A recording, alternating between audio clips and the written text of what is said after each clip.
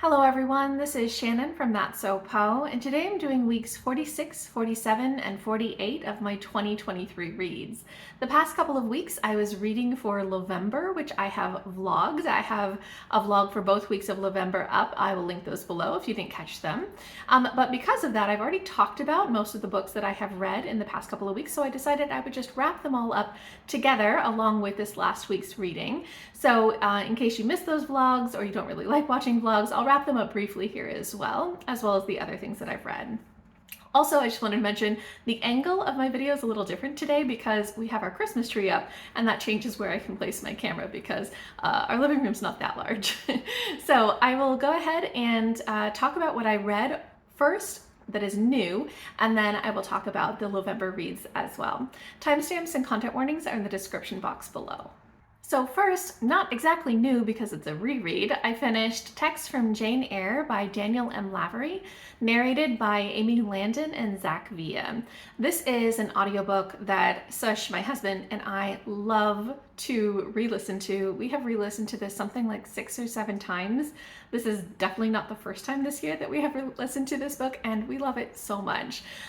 This is basically a collection of satires of various works of literature and authors throughout history.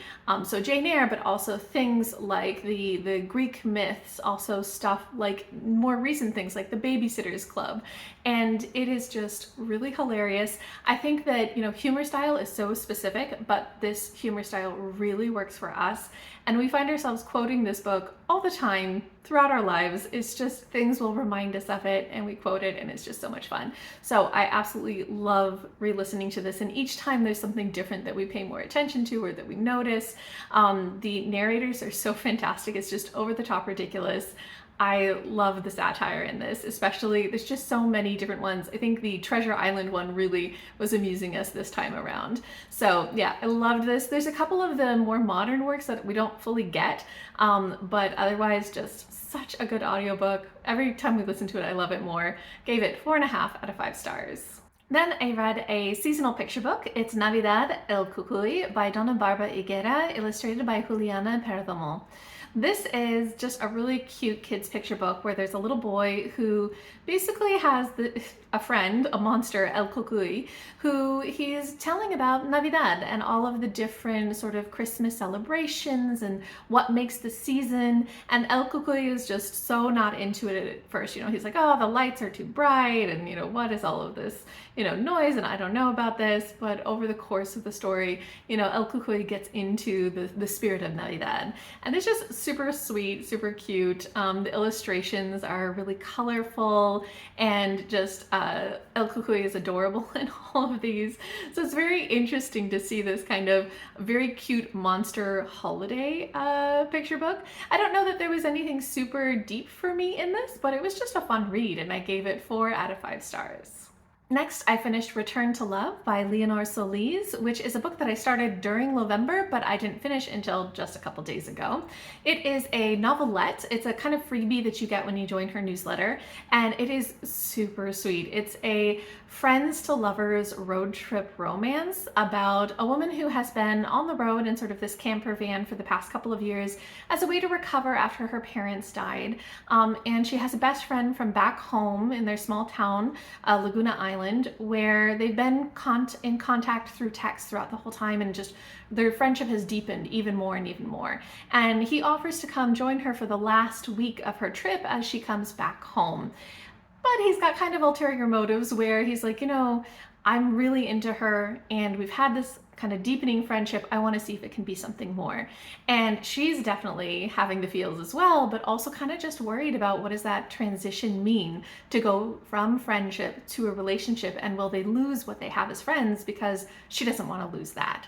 And so it's them being, in tight spaces and really kind of having to navigate that. And what I loved about this so much is just the really mature way that the characters discuss their feelings and their fears. So you don't have things like a third act breakup in here. You just have that tension of them trying to figure out, how do we want to work through this, and having those tough conversations. I believe that Leonor Soliz is a therapist in real life, and you just feel it in the maturity of the way that these characters have these conversations. It's not that they don't have fears, but they just are adults and they work through them, and it's so lovely. I thought this was just fantastic. I love road trips, and I love that kind of, being forced to be in close spaces type of romance.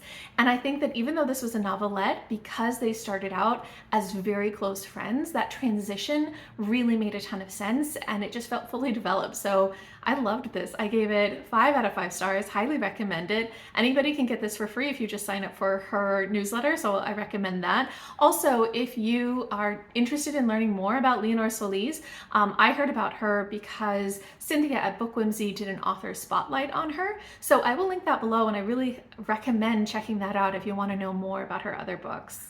So now moving on to the books that I already wrapped up in my Lovember vlog, but just in case you didn't catch that, I'll do a quick wrap up here, starting with another Leonor Soliz book, this one Under the Meh-stletoe, which is a kind of Christmas novella about 2 grumps who do not like Christmas, but they both, because of reasons, end up on a Christmas committee in Laguna Island, which is the same small town as Return to Love.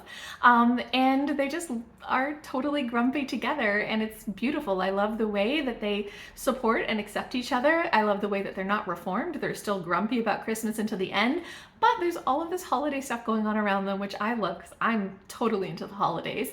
And I just love the way that they kind of got to know one another and had those conversations, again, very adult conversations about, what are our goals in life, and do we want to be together? And it was fantastic. I adored it. I gave it 5 out of 5 stars.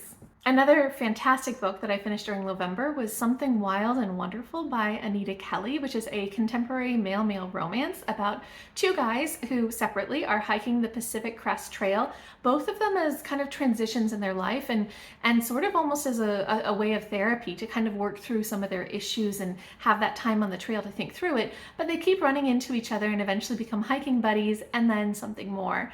I loved this romance. It is super quiet, very slow, very introspective, and focuses as much on the characters' internal issues and growth as it does on their relationship together, but the way that it ties together I think makes a lot of sense. And they're both very cautious with getting involved in a relationship because of their backgrounds. One of them has had very difficult experiences in relationships before, and the other one has only recently come out as queer and been disowned by his very religious family. And so they're working through some stuff, and I just loved the way that was such a part of the story. I thought this was beautifully written. It was so sweet and just really made me smile. I gave this 5 out of 5 stars, and I highly recommend it.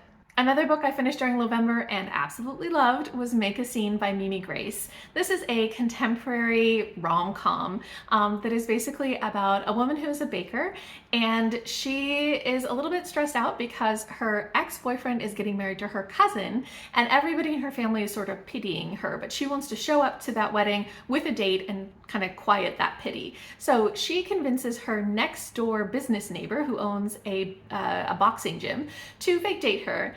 And they just have the most adorable, cute fake dates. When they're trying to get to know one another, they go out and do all sorts of fun stuff. They have a really great dynamic together. There's so many cute scenes. I loved the grandma in this. I loved the way that they just kind of connected. And it's fun and it's sweet, and it's just what you want when you're looking for a rom-com plus the baking content. I mean, that's always great. So yeah, this was absolutely adorable. I really loved it. I gave it 5 out of 5 stars, and I can't wait to read more by Mimi Grace. And then lastly, I did have one DNF during Lovember, which was Christmas in Rosebend by Naima Simone. This has all of the Christmas feels. So if you want a really Christmassy romance and something that's all about the healing power of the holidays, I think that this is a great book to pick up. but it didn't quite work for me. I got about 10% into this, and I think that maybe the premise of this was something that was a little bit off for me, because we start with a woman who is traveling with her younger half-sister to this small Christmassy town as sort of a thing that their father, before he died, wanted them to do. But there is so much tension between the sisters. There's a lot of bitterness, a lot of resentment, a lot of very unworked through emotions because of the complexities of their family and the death of parents and all these sorts of things. And they barely know each other because they're half-sisters who have not really been in each other's lives. And that was so hard for me in the story, that difficult relationship between the sisters. And I'm positive that later on in the book, that is exactly the arc of the story, that they're going to go ahead and resolve that. But that angst and difficulty in that relationship was super hard for me.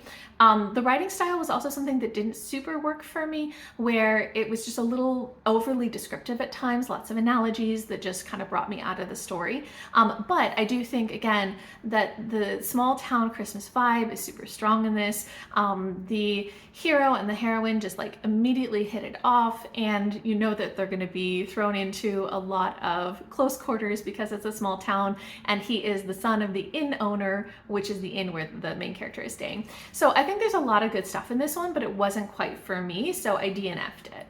Okay, that is everything that I read and DNF'd in the past couple of weeks. If you guys have read any of these, I would love to hear your thoughts, or if you're interested in them, or if you have read any good romances recently, or if you're starting to get into the Christmas spirit and read Christmas stories as well. I'd love to hear from you. Just leave me a comment down below.